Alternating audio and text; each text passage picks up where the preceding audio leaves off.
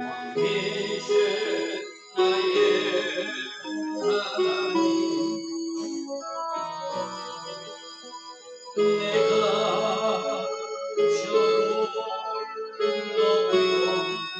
주를 높이고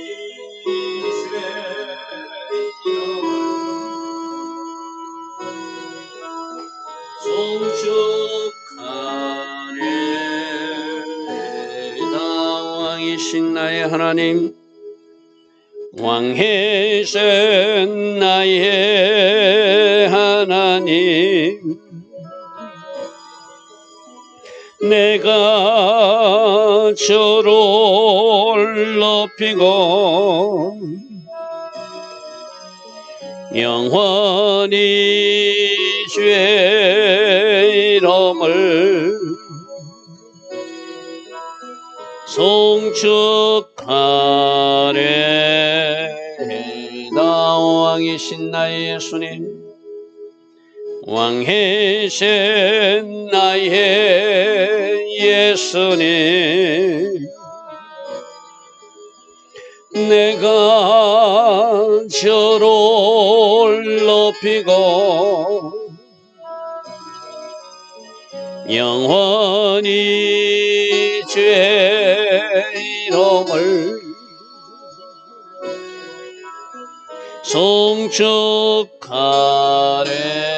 송축하리이다. 왕이신 나의 예수님, 왕이신 나의 예수님, 내가 주를 높이고 영원히 제 이름을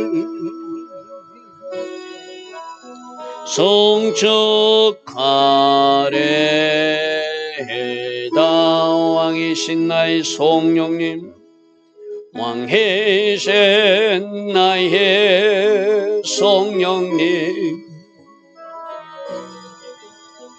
내가 주를 높이고 영원히 제 이름을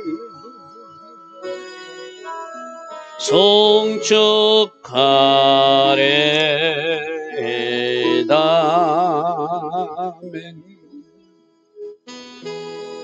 좋으신 아버지 하나님, 오늘도 새벽 은혜 주시고 하루의 첫 시간 하나님을 예배하며 하루의 시간을 사용하게 하시니 감사합니다. 날씨가 많이 쌀쌀해졌습니다. 하나님이 장막 안에서 하나님이 주신 은혜와 그 은총으로 오늘도 살아가게 하옵소서. 건강의 복을 주시옵소서. 아직도 끝나지 않는 이 코로나, 하나님 고센 땅의 은혜로 우리 모두를 보호하시고 축복하옵소서. 오늘 하루도 우리에게 필요한 그 기름 부음, 그 능력 주셔서 오늘 하루의 삶에서 승리로 영광 누리는 우리 모두 되게 하옵소서. 예수와 하마시아 이름으로 감사하며 기도드리옵나이다. 아멘. 오늘도 새벽에 일어나 하나님을 예배하는 여러분들 축복합니다. 날씨가 많이 쌀쌀해졌습니다.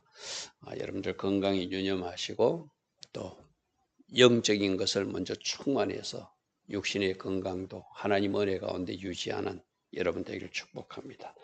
자, 오늘은 4장 12절부터 어제 이제 전쟁터에 언약궤를 가지고 가서 빼앗기고 또 하나님이 심판하겠다고 하는 그 두 아들 홈리와 비나스도 죽임을 당하는 일까지 살펴봤습니다. 그래서 그 전쟁터에서 3만 명이나 죽고 엄청난 일이 일어났죠. 바로 12절 당일에 그날 그 전쟁터에서 이 말입니다. 어떤 베냐민 사람이 진영에서 에베네스를 거기서 전쟁하고 있었죠. 달려 나와서 자기 옷을 찢고 자기 머리에 티끌을 덮어쓰고 아주 극심한 슬픔 이런 것을 표하는 모습이죠. 옷을 찢고 티끌을 뒤집어 쓰는 것은 실로에 이르렀다는 것은 여호와의 성막이 있는 엘리 제사장이 있는 실로까지 달려왔다. 그 거리가 한 30km, 35km 되는 거리라고 부릅니다.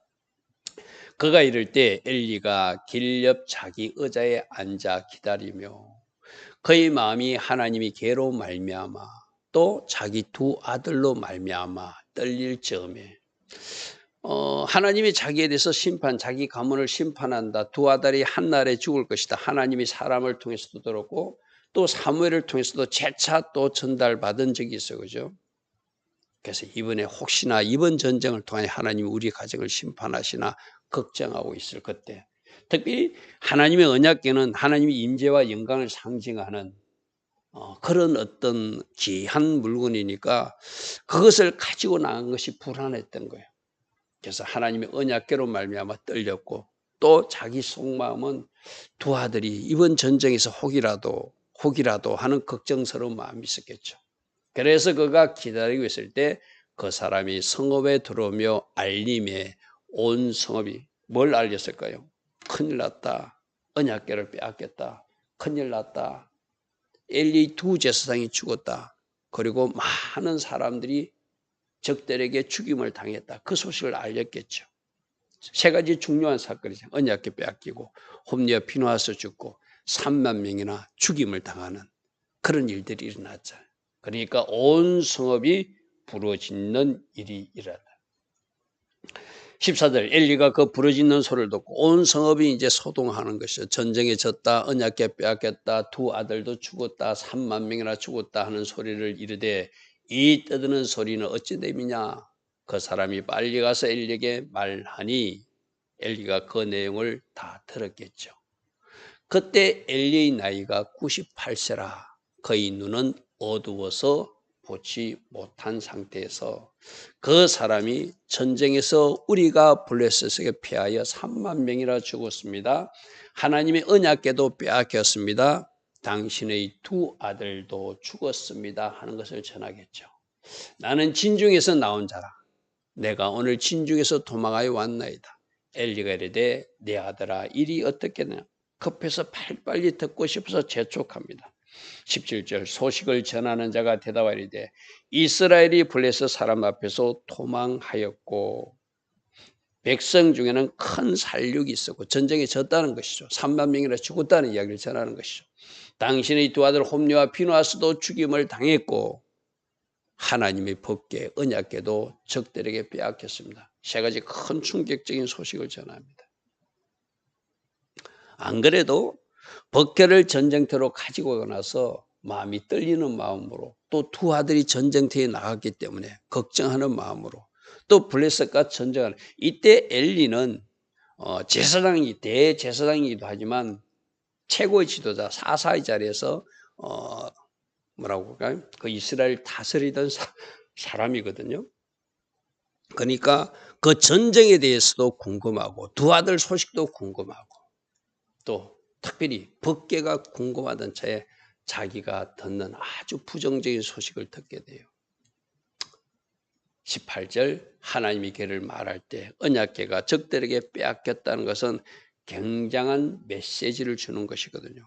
우리와 함께 하셔서 요단강을 건너게 하시고 우리와 함께 하셔서 여리고 전투에서 승리케 하시고 우리와 함께 하셔서 바로 하나님이 나타나신 것 같은 그 법궤 안에는 뭐가 들었죠?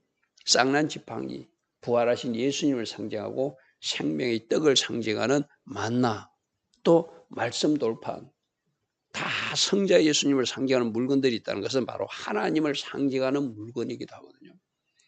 그것을 빼앗겼다는 것은 이제 하나님이 우리와 함께하지 않는다는 증거를 보여줬으니 엘리가 자기 의자에서 뒤로 넘어져서 너무나 큰 충격을 받아서 문 곁에서 목이 부러져 죽었으니 나이도 많고 비둔한 까닭이라 비대한 까닭이라.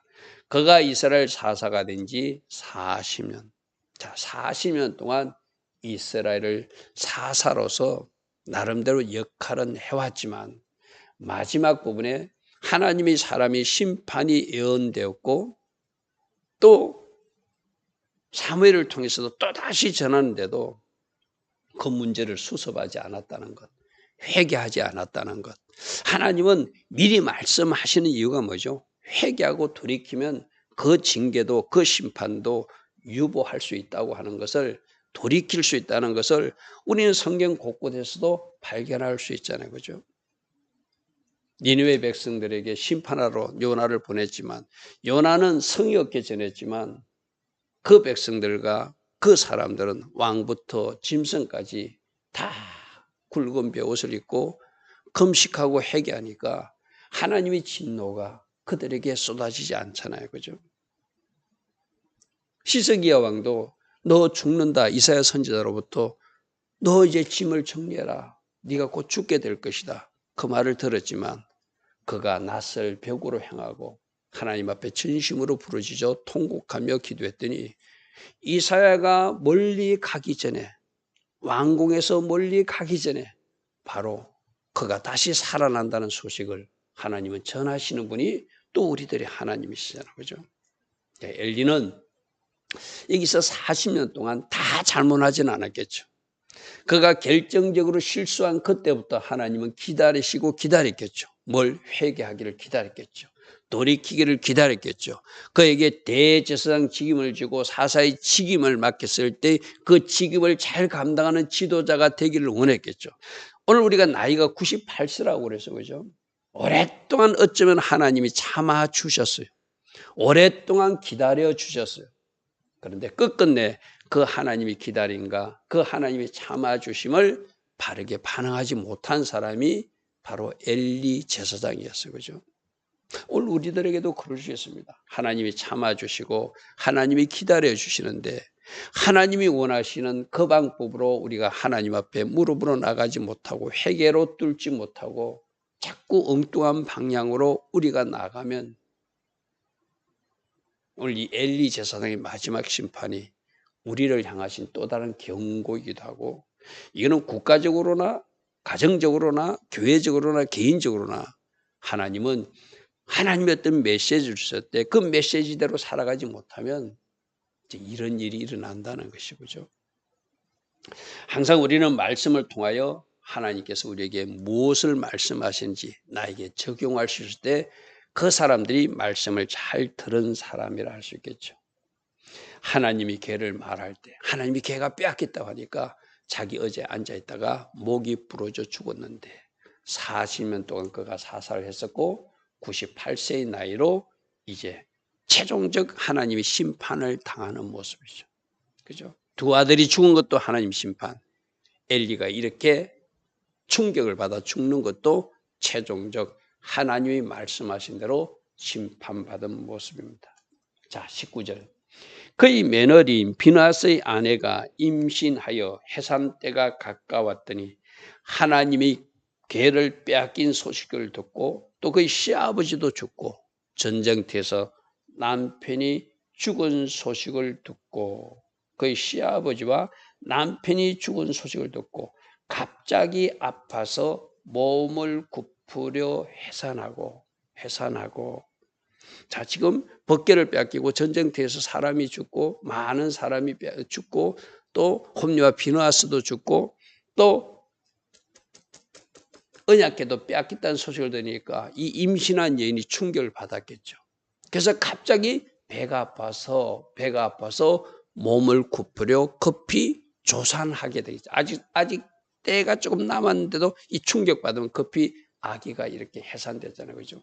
그런데 문제는 그 아이를 낳다가 그 며느리도 죽더라는 거예요. 20절 보십시오.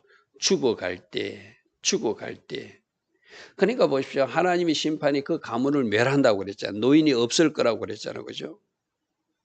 그러니까 남편 죽고 전쟁터에서 하나님 법궤 빼앗겼다는 소식을 듣고 시아버지 죽고 그 소식에 충격받아서 아기 낳다가 이 며느리도 죽는, 이게 한 집안에 어떤 하나님의 심판이 지금 임하고 있는지를 우리 눈으로 보게 하시죠. 죽어갈 때 곁에 서 있던 여인들이 그에게 이르되 두려워하지 말라, 네가 그래도 아들을 낳았다 하되 그가 대답하지도 아니하였고 간념하지도 아니었다. 지금 20절 상반절에 보니까 죽어간다. 그죠? 어쩌면 살아있어도 그 말에 관심이 없었다는 것이죠. 그 말에 그가 유념할 수 없었다는 것이죠. 왜? 남편 죽었지, 시아버지 죽었지. 뭔가 하나님께서 자기들 가문에 뭔가 이렇게 심판하는 모습을 그 여인도 보았고 들었기 때문에 충격을 받았겠죠. 자, 21절. 그가 이르기를 영광이 이스라엘에서 떠났다 하고 아이 이름을 이가봇이라.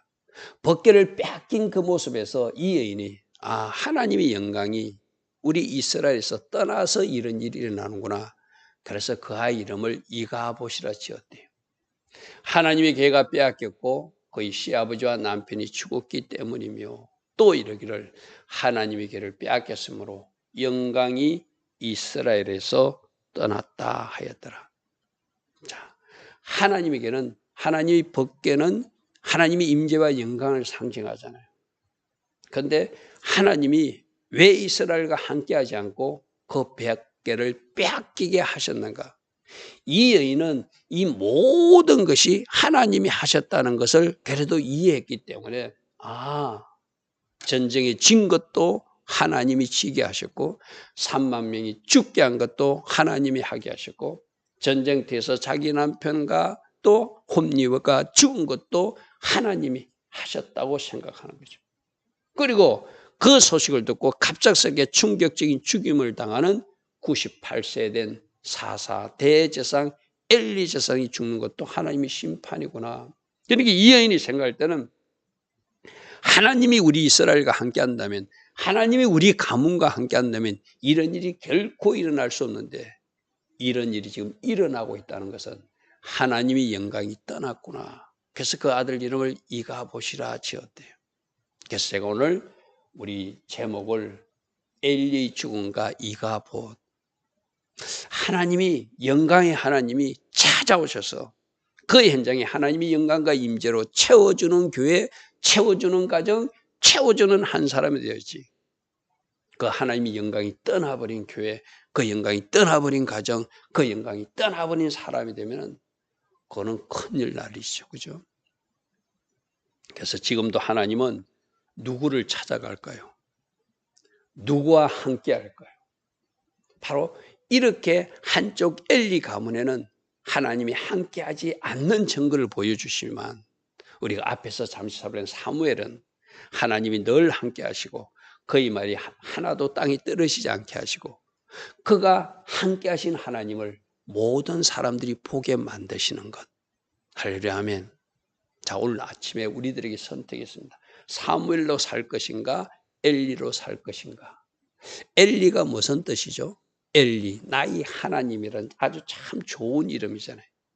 엘리는 나의 하나님, 이름이 나의 하나님, 나의 하나님. 하나님만 생각하고 하나님을 잘 섬기겠다고 엘리라고 하는 이름을 가졌던, 우리 예수님이 돌아가실 때 엘리 나마 사박단이 했잖아요. 그게 엘리, 나의 하나님, 나의 하나님. 바로 나의 하나님, 하나님이 나의 하나님이시다라고 가졌던 좋은 이름을 가졌던 엘리지만 그 이름대로 살지 못하고 마지막 하나님의 영광이 떠나고 그 가문에 심판이 임하고 혹독한 징계와 심판이 임하는 그 가문의 어른이 되는 사람이 엘리 제사장. 우리 앞에 말씀도 배웠잖아요. 그 자손들이 죄를 금하지 않고 그 저주를 자청하고 있었다. 충분히 할 수 있는데 하지 않았다는 것을 그 엘리 제사장에서 물었죠. 그죠? 그러나 이 이후 사무엘에게는 하나님이 함께 하셔서 영광이 그를 떠난 것이 아니라 그 나라를 떠난 것이 아니라 하나님의 영광이 함께 하시는, 하나님의 임재가 함께 하시는 한 사람 사무엘은 또 그 나라에 남아있더라는 거죠. 그래서 오늘 아침에 이 새벽에 일어나 예배하는 여러분들은 사무엘로 사시길 바랍니다. 하나님이 그 소리를 듣는 사람 사무엘. 할렐루야 아멘. 기도하면 들으시는 하나님, 하나님이 찾아와셔서 말씀하시는 하나님, 하나님의 임재와 영광으로 늘 함께 하셔서 언제 어디서나 함께 하신 하나님을 그가 만질 수 있고 그가 누릴 수 있는 사무엘. 그러나 이가봇 하면서 이 엘리 가정에는 하나님의 영광이 떠나버리는 불행한 모습을 오늘 우리에게 보여주고 있습니다.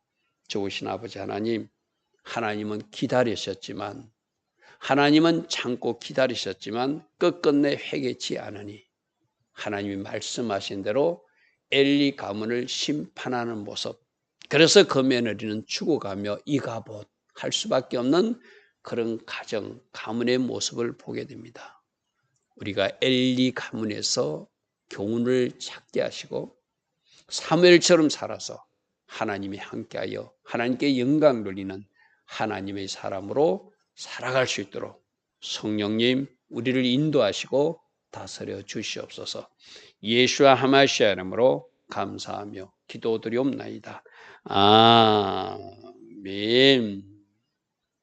지금은 우리 주 예수 그리스도의 크신 은혜와 하나님 아버지의 영원하신 사랑과 성령 하나님 오늘도 우리 안에서 내주하시며 말씀으로 초명하여 주시고 성령으로 인도하여 주시는 그 은혜가 새벽이나 하나님을 예배하는 모든 주의 자녀들 머리머리에 이 땅에 껴있는 모든 교회와 모든 성도님들 위해 지금부터 영원토록 영원히 함께하여 주시기를 간절히 축원하옵나이다. 아멘. 주님 감사합니다. 주님 감사합니다. 주님 감사합니다. 날마다 말씀의 거울에 우리가 어떤 길을 걸어가야 되는지 말씀해 주시니 감사합니다. 사무엘처럼 살게 하시고 엘리 제사장이 그 잘못된 모습은 혹이나 우리들 삶 속에 등장하지 않도록 늘 말씀의 거울에 비추어 볼 수 있는 우리 모두 되게 하옵소서.